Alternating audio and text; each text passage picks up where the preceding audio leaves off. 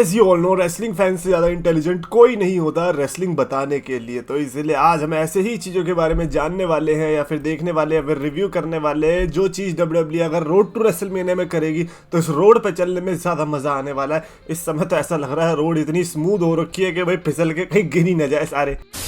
तो यस जो champions of the world में O3DX the best wrestling creator on this subcontinent with the best wrestling audience. And आज का article obviously link description में रहने वाला है, वहां पर जाकर आप देख सकते हो। अगेन हम बस हेडलाइन को रिव्यू करने वाले और आज हम देखने वाले ऐसी चीजें जो कि डब्ल्यूडब्ल्यूई करेगी अगर रोड टू रेसलमेनिया में, तो मजा आएगा।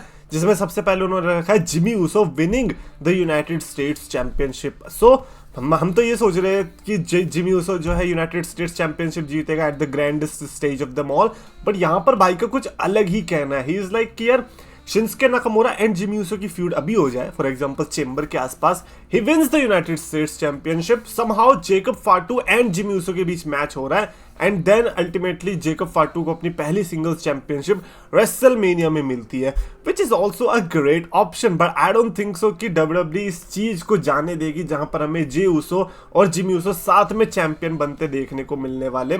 आई अंडरस्टैंड कि Jey Uso already IC championship जीत चुका है, तो जिमी ऊसो भी अगर जीत जाएगा तो कोई वो नहीं है।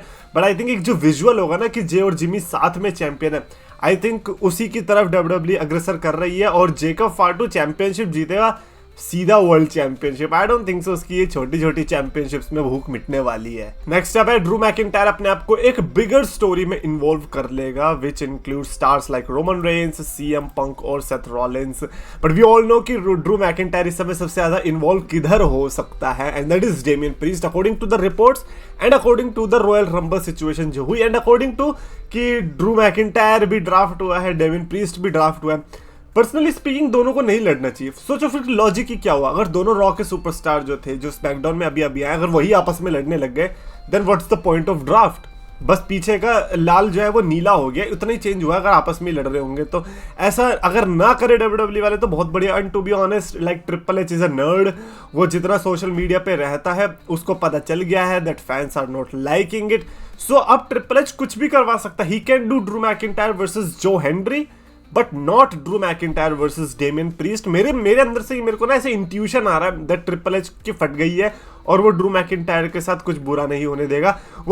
अब रोमन रेंस के साथ बुरा होने देगा, सीएम पंक के साथ होने देगा, लेकिन ड्रू मैकिंटायर के साथ नहीं होने देगा। मैं तो कह रहा हूं सबका कॉम्बिनेशन कर दो, ड्रू मैकिंटायर को भी डाल दो यार, कितना मजा आएगा फेटल 4-वे देखने में यार। ड्रू वर्सेस रोमन वर्सेस पंक वर्सेस रॉलिंस, यार ये गजब का रेसलमेनिया मेन इवेंट है। ये ऐसा है जिसके लिए पूरी रेसलमेनिया बुक कर सकते हो। बट अगेन ट्रिपल एच के हाथ में, प्लीज यार कभी तो एक आध अच्छा मैच बुक कर दिया यार please. But I have to agree with कि ड्रू मैकिंटायर को एक एक्चुअली में बड़ी स्टोरी की जरूरत है। लाइक ही डिजर्व्स इट, है ना। मतलब एक ऐसा होता है ना, आपने इतना सारा काम किया है तो आपको वो रिवॉर्ड मिलना चाहिए ना। तो आई थिंक ये रिवॉर्ड है। हम तो चैंपियनशिप की बात भी नहीं कर रहे, हम तो कह रहे हैं एक बस बड़ी स्टोरी की तरफ।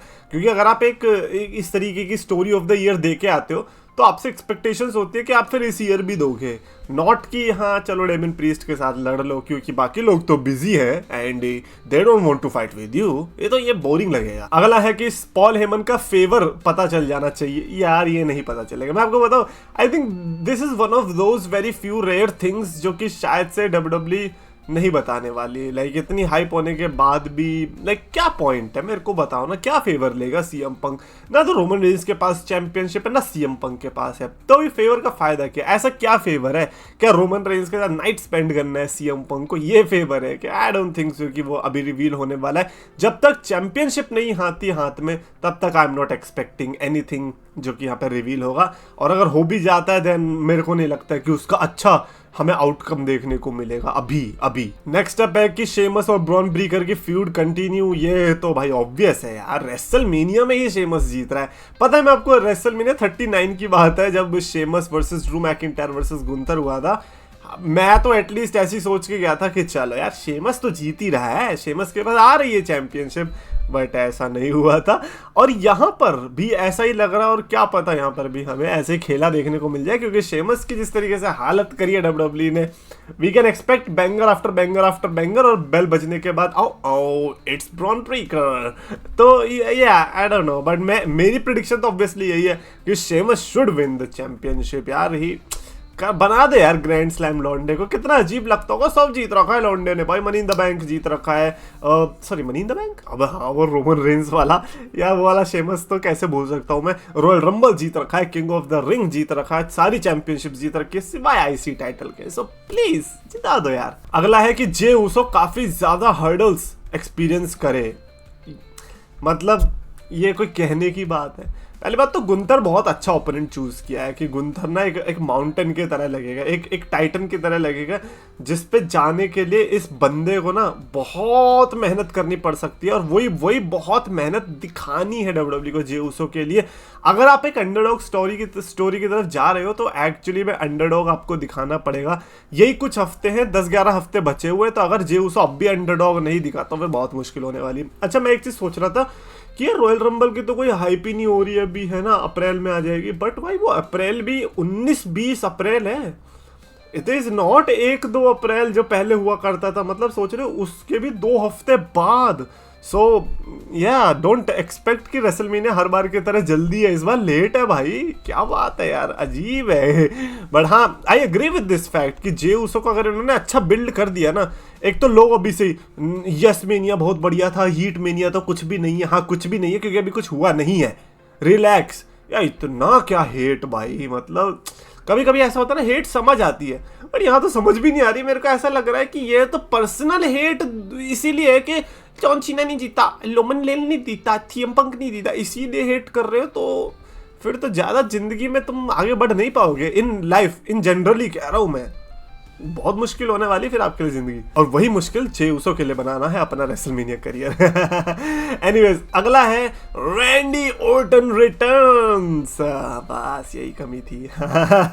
रैंडी ऑर्टन रिटर्न करेगा कि केविन ओवेंस और सैमी ज़ेन के मैच में, एंड देन रैंडी ऑर्टन और केविन ओवेंस से याद आया, मैंने कल वीडियो में बोला था कि सैमी ज़ेन के होम टाउन में सैमी ज़ेन को बड़ा मैच तो मिलना चाहिए एलिमिनेशन चेंबर में। भाई ये कैसे भूल गया मैं, होम टाउन तो वो केविन ओवेंस का भी है।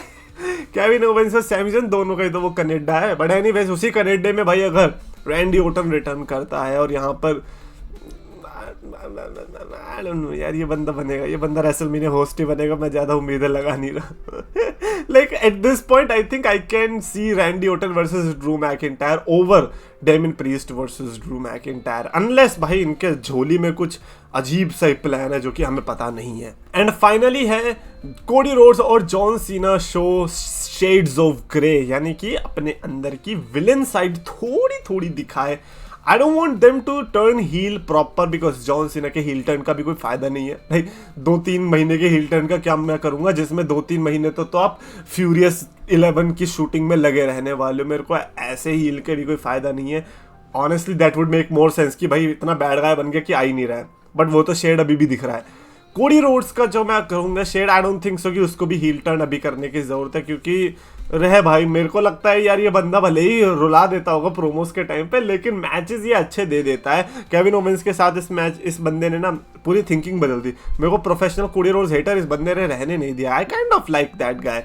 But Cody Rhodes and John Cena का अगर ये मैचअप हमें देखने को मिलता है तो, और इन दोनों के बीच अगर ये शेड्स ऑफ ग्रे दिखा रहे हैं, आई वुड नॉट माइंड, क्योंकि कंसिडरिंग कि दोनों उस पोजिशन पे, कोडी रोड्स उस पोजिशन पे जहां पर जॉन सीना एक टाइम पे था। अब पता है इसमें बच्चे क्या बोलेंगे, अबे तो जॉन सीना और कोडी रोड्स को कैसे कंपेयर कर रहा है। अबे भाई तुमसे पहले भी लोग आ चुके हैं जिंदगी में जिन्होंने ये पहले बोल चुके थे, अबे तू जॉन सीना और लोग को कैसे कंपेयर कर रहा है। छात्र में उनको भी ये पता था कि भाई पहले लोग आ चुके थे जो कहते थे भाई तू लोकल हल्क होगन को कैसे कंपेयर कर रहा है। तो भैया तुम नए नहीं हो, ये जिंदगी चलती रहेगी। आगे चल के कोई बोलेगा कि अबे भाई तुम इसको कोडी रोड से क्यों कंपेयर कर रहे हो, तो अपने आप को यार ऐसा मत समझो कि कुछ नया ही इन्वेंट हो गया है, ये चलता आ रहा है। और रही बात शेड्स ऑफ ग्रे की, आई वुड वांट कि जॉन सीना का फिर भी दिख जाए, बट कोडी रोड्स का ना दिखे तो ज्यादा बढ़िया रहेगा। But it would be interesting to see कि अगर इन दोनों का मैच हो रहा है तो 2 टॉप बेबी फेसेस को डब्ल्यूडब्ल्यूई कैसे दिखाने वाले। बिकॉज एक रिपोर्ट भी आई थी कि अगर कोडी रोड्स और जॉन सीना का मैच हो रहा है देन डोंट एक्सपेक्ट कि कोडी रोड्स के पास टाइटल नहीं रहेगी, यानी कि John Cena can lose his 17th time title chase at WrestleMania at least. So yeah, let's see what happens, क्योंकि जॉन सीना की एक हार तो होगी, इतना तो मुझे पता है। जॉन सीना का टाइटल के लिए जा रहा है, पहली टाइटल चेज में तो वो जीतने वाला है नहीं considering his history. So yeah, let me know about your thoughts, और अगर आपको वीडियो पसंद आए तो प्लीज लाइक करो, शेयर करो, चैनल सब्सक्राइब करो।